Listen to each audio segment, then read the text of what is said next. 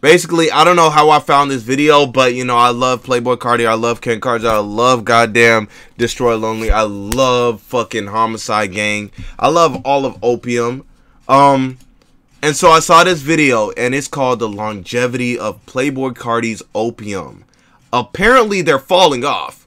That's what I love them more. No, you don't, nigga. With the conclusion of the X-Men tour, the drop of both these projects, we've seen how these rock star, rage-influenced artists have came up under the influence of Playboy Carti. But how is it possible? Greatest father of all time. That they've managed a nationwide tour on their own. Yeah, it seems like both their faces have been everywhere recently, but had these guys not been on tour this whole time, for Ken, his project wouldn't have been performing nearly as well. And he needed some bangers for this tour. He's been performing the same tracks for over a year now. And hell yeah, yes. He's building this rage culture character. We know that there's an influence from Carti, but I think Ken is following his blueprint a little too closely and a little too quickly. And I think too early on in his career, his sound has become more about the hits and less about the music.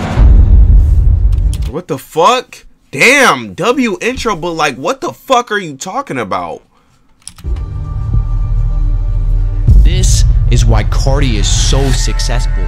He spent years developing his sound, developing his fan base, and this character that comes out when he performs, that's something that's been carefully crafted throughout these years. His shows have now become some of the most highly anticipated performances.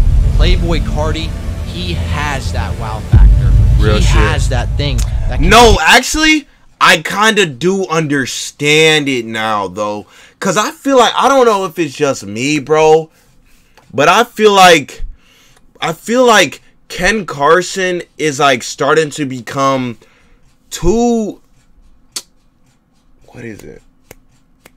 Too entitled. You know what I'm saying?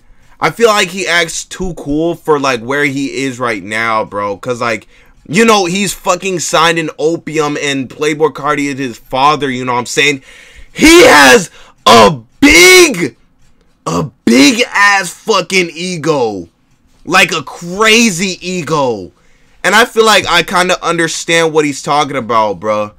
He won't do XSL interviews or any of... he's trying to stay underground so bad, bro. You know what I'm saying, bro? That's what I'm saying. I don't understand how Destroy Lonely has a fucking genius interview before Ken Carson does. And Destroy Lonely doesn't even post albums. This is his first one in like years, my nigga. Why do y'all do this to yourselves, bro? It's like, dog, what the fuck? Continuously brings people in. So for Ken to skip these years of development, I don't think that's a good look for him if we're talking longevity of his career. And if he were to drop another project like this, that wow factor is not going to be there anymore. And don't get me wrong, there's definitely some hits on this album, but it's not anything that we haven't seen from him before. But I don't think he's going to fall off, though. I don't think he's going to fall off, bro. TikTok won't let this nigga fall off, actually, bro. From the looks of it, the crowds are going crazy, but this is the same Ken Carson that back in 2021, Lyrical Lemonade Summer Smash, he had fans skipping the Juice WRLD tribute in Chicago to go to the Lenny's tent. God and so damn. Drawing in all these decent-sized crowds because his sound was something somewhat new. Or they had just tapped in with his new album at the time, and they had seen that he actually had something special going on. And for him just having dropped Project X, this performance... Like, since he dropped Yell, he should have been pushing himself. That's what I'm saying, bro. Like, Carti has Carson as 6 years old, I guess. Huh? Carti has Carson as... Oh. Wait, that still doesn't make sense. Carti had Carson at 6 years old? That's what you mean? Performance definitely made for a pretty memorable experience. And it was only a couple months later that he was performing at Smokers Club in San Bernardino. The crowd that was there was massive. And so to watch the growth of this character in such a Bro, I feel like it's just like, yeah, bro, the way this man has blew up from Carti's influence, he's extremely entitled. Time span, it was. But I love Ken Carson. I love him. I mean, I don't really care. He's doing this shit. I love Ken Carson. How many people were pulling up to see Ken Carson? And not long after that, he returns to Summer Smash for the second time. And after seeing the crowds that he was drawing in, whose idea was it to put him back in the Lenny's tent? This nigga Ken Carson wanna be underground so bad, and I hate it. Like. So Ken Carson was the front runner of this new label. He was leading this newer rage-influenced wave that had been going on. But we can't discuss the success of Carti's I don't even know who that is. Dom Corleo? I don't know who that is. Without talking about the character that had been slowly growing and carefully crafting his project before his first debut in the spotlight. Destroy Lonely has become much less Destroy Lonely. Project, no nigga look like a Disney character. This, he's been somewhat of a mysterious I got you. I'll do so. Following in the footsteps of his label executive. I'm down. I'm down. But now, from what we've seen from the success of this album, the production quality, the flows and storytelling capabilities that this kid possesses, it seems as if nigga called him this kid. Piece to the label that is Opium, and it's being revealed to us that the plan all along was to get Destroy Lonely into the spotlight. So before the drop of it worked. The general audience didn't quite know who this guy was. You might have heard some talk about him. And if you were looking at just streaming services, it's hard to get an understanding as to who this guy is because he hasn't dropped a project in over 2 years. Like, nigga, damn. Social media presence and promotion for this album, no one knew. Nigga got that disappearing photo. That's it. So something that's it, nigga. Like declining the XXL freshman list. Come on. Destroy Lonely wasn't chosen as one of those 10 artists to represent the class this year. Yo, that's so real. Yo. That's actually fire though. I ain't gonna lie, bro. That's a W for Ken Carson.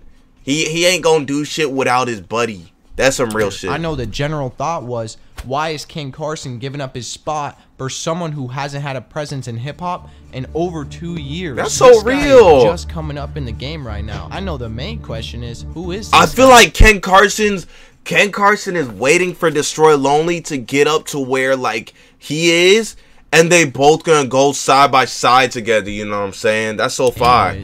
But now, with the drop of No Stylist, it's become clear as to why Destroy Lonely was deserving of one of those 10 spots on the XXL freshman list this year. That nigga can freestyle too, so like project No Stylist finally drops. Both these projects have been out for some time now. This video is taking me a little bit longer than expected, but if you like this so far, you should like and subscribe because I'm gonna be posting content just like this, and I wouldn't want you to miss out on it. So back to the video. Very quickly, I need to go over how these albums actually came out and why that's important for us to understand because it all. Hey, that's some real shit. Two twins going up with each other, bro. That's so fire. Announcing his No Stylist project in March of 2020, which was 2 years prior to the actual drop. And for Ken Carson, in a since deleted tweet, he had announced his project for the first time in October of 2021, and that was only half a year before the actual drop. Now Lonely, he had taken some interviews. Bro, you're missing out. Your ears are not blessed yet if you haven't listened to Ken Carson, bro. Actually, and you haven't even listened to the whole album, bro, or you only listened to the song No Stylist or the entire album. Interviews within this time period, bro. That's all of Opium, bro. Come on, bro. W Black Man. That's all of Opium though. Them niggas be liars, bro. Talk about we're gonna drop it in very soon. All right, bro. You didn't have to add dark skin, bro. I'm actually brown skin, buddy. The song, yeah, you're missing out, bro. It's called No Stylist. No Stylist. Yeah. Project.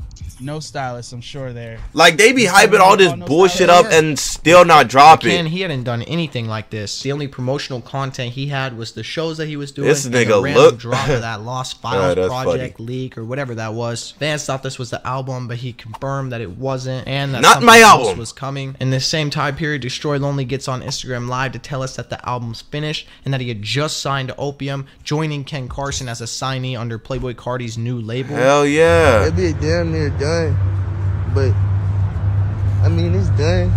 But I want to. Any song from Lonely, every song he's ever made.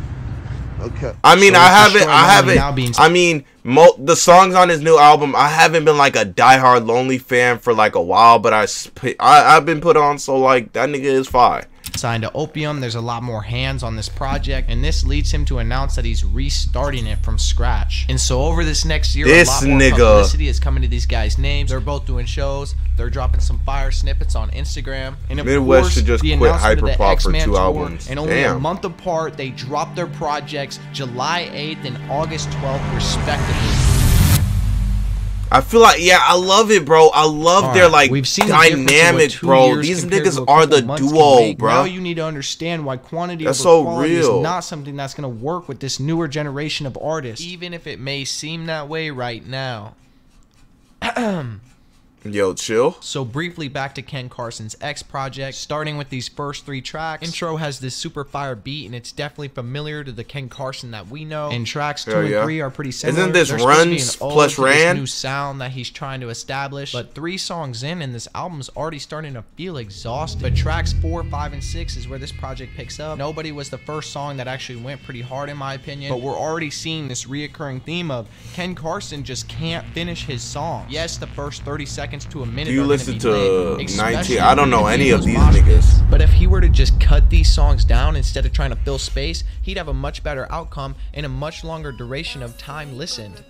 Go is a great example of this. He kept it short, the vocals are sturdier, and it made for a pretty fire song. Plus, this was the chosen song to receive a music video upon the release of this project, and it's his intro to his tour. Fire. Comes out to this song. This is the style I believe Ken Carson should be going for. So after his self-titled track, he falls back into that same issue I was talking about earlier, and unfortunately now we have a pretty good understanding as to what's to come for the rest of this project. The repetitiveness of each song, the wasted potential on such great— That is true.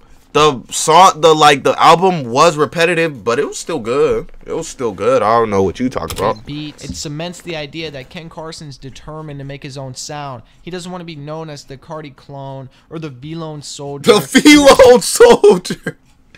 Who the fuck is calling this nigga the V-Lone Soldier, bruh? Nah, that's just disrespectful at that point. Like, what the fuck? To be known as Ken Carson. He has said before that he just wants to make music to turn up to, but carelessly dropping projects like this that are only relevant at a certain point in time, this is not how you maintain an audience. And with the conclusion of this project, you're only left remembering 2 things: Freestyle 2 and the Destroy Lonely features. Thankfully, Ken had Freestyle 2 at least. V-Lone Soldier is just something else, bro.